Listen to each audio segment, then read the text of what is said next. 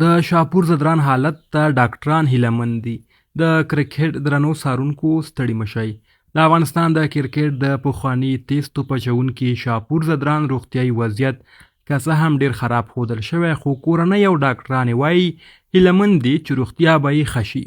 شاپور له تیرو نږدې 3 میاشتو راهیسې د هندوستان د پلازمینې ډیلي په یو روغتون کې تر درملنې لاندې دی. د کشر ورور غمی زدران چې په ډیلي کې دی بي بي سي ته وویل چې ډاکټرانو د ښه کېدو ډاډ ورکړی دی. شاپور زدران له یوې داسې کمسارې ناروغۍ کړېږي چې د ناروغیو پر وړاندې د انسان د بدن مقاومت ورسره له منځه ځي.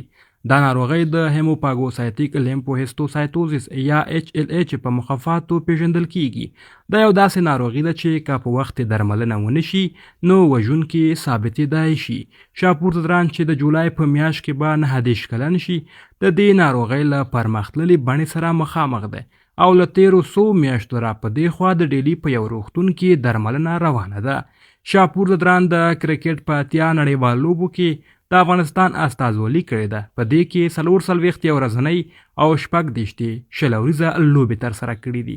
د HLH ناروغي په عمومي ډول کوچنیانو کې وي، خو هغه لویان هم ورسره مخامخ کېدای شي چې د بدن مقاومت یې کمزوری او یا یې په تیر کې د سرطان ناروغۍ تیره کړې وي.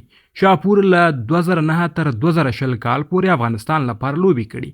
کله به چې دی په ډګر کې توپ اچونې ته راتلو نو د خپلې دنګې ونې او اوږده ویښتانو له امله په میدان کې شتون هرې خوا ته حس کېده. شاپور لومړی د تیر کال په اکتوبر میاشت کې سخت ناروغه شو او د جنوري په میاشت کې د ډاکټرانو په مشوره هندوستان ته ولېږدول شو. د شاپور زدران کشر ورور غمی زدران چې په کاناډا کې اوسیږي او اوس ډیلي کې دی بي بي سي ته ویل هیله لري چې ورور به یې ښه شي. د زیاته کړه دا یو سخته ناروغي ده، خو ډاکټرانو ډاډ راکړی دی چې وخت تېرېدو سره به په حالت کې ښه والی راځي. د افغانستان د کرکټ بېلابېلو لوبغاړو هر یو راشد خان، اصغر افغان، الله محمد غضنفر او نورو د هغه پوښتنې ته ورغلي دي. غمی زدران ویل چې د هندوستان ویزو په ترلاسه کولو کې کرکټ بورډ راشد خان، اصغر افغان او نورو مرسته کړې چې دی یې منندوی دی. د زیاته کړه چې دوی تر بل هر وخت زیات دعاو ته اړتیا لري. غمی زدران ویل دا مهال شاپور ډېرې کمې خبرې کوي او اکثره ویده وي. د زیاته کړه شاپور نږدې 14 کیلو وزن هم له لاسه ورکړی دی. د شاپور زدران له مینهوالو وغوښتل چې په دعاو کې هیر نه کړي. شاپور زدران یو 15 کلن زوی لري او دی په خپلو 4 ورونو او 6 خویندو کې تر ټولو مشر دی.